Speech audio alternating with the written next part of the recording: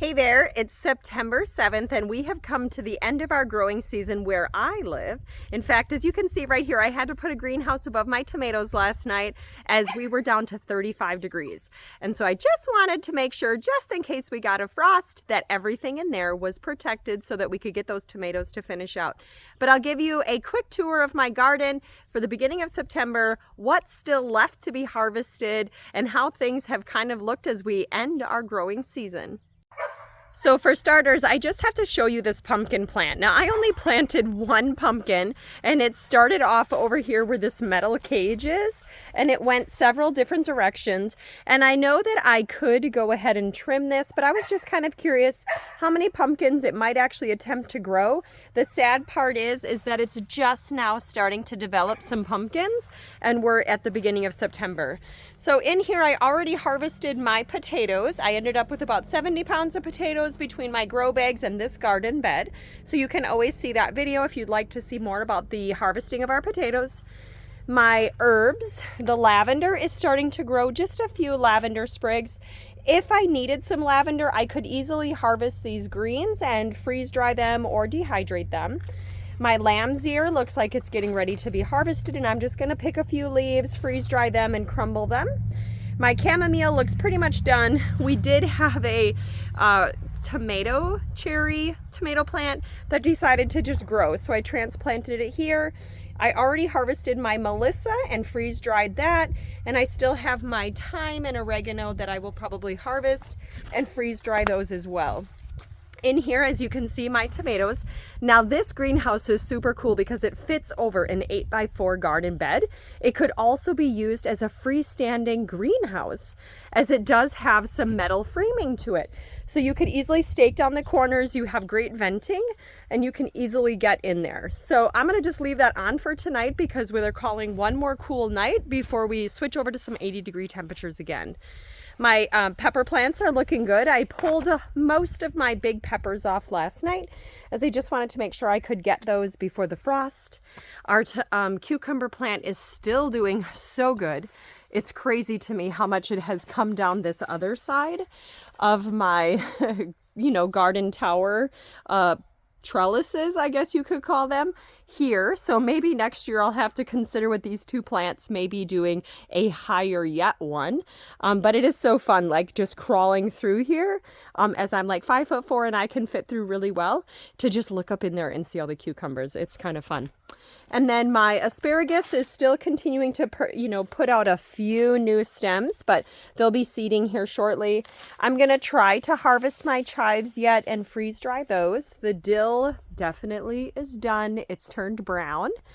And as we go through here, here is my mint beds. And as you can see, I've harvested my mints, and I actually created a quick little video on that and freeze drying it. My beets still never ended up doing anything, so I'm really hopeful that next year my beets actually will do better. The carrots are going to be ready to harvest here shortly, so I will probably get those out in the next week or two. My marigolds have definitely decided they're done growing. Here we have the ground cherries. If you've never had these are so fun, and they come back by the roots and they produce a little tiny tomato in here. So those are really fun, and they will produce up until the frost. So I'm hoping I can protect those. I have a random Roma tomato plant here in the center. I did already pull out one of my zucchinis because I just didn't need any more zucchinis. And this one looks like it might have another zucchini coming on it. So I'm going to probably just go ahead and leave that zucchini plant.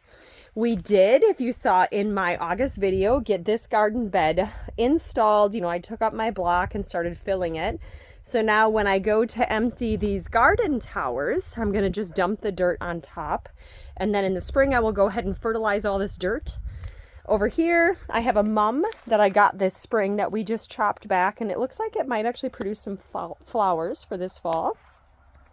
I harvested my basil last night because I wasn't sure with the frost. And so that is getting ready to go in the freeze dryer. And then look at this celery. So I did go ahead and cover it last night because I just don't have time to freeze dry it yet. But this stuff is just amazing. So definitely really excited for these 10 celery plants and how much freeze dried celery I'm going to end up with. So that will be in my project in the coming weeks. And then I went ahead and planted some lettuce just to see if I could get a little extra lettuce before the end of our growing season. I did end up getting a few cabbage from some friends, but as you can see, they're not going to end up producing anything. So I'm not too worried. I'll probably end up pulling those out. And then here's another random pumpkin plant that I had planted along the house. However, I don't see any pumpkins on it.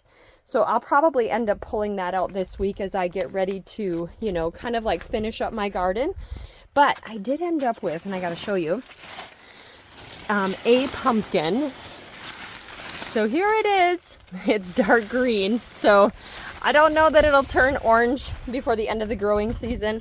I also seen a little bit darker green one down here. And I thought there was one more, but maybe that's it. So I did end up with two. And again, here's from that other angle. Like, this pumpkin plant is so crazy big. So anyway, as my garden takes on some more additions and transitions this summer, it will be exciting to see, you know, how I plant everything come the spring and just what I decide to do next year. So feel free to leave your comments below if you have some fun things that you grew this year that you would definitely recommend someone grow, especially if you're going to be freeze drying, you know, fruits or vegetables. As I definitely enjoyed this as my second year with raised garden beds, and I'm looking forward to what more I can grow next year in these small spaces. So thanks again for watching and following me on this channel, and feel free to subscribe if you would like to see more about what I'm doing with my garden or things that I do in the kitchen. Have a great day.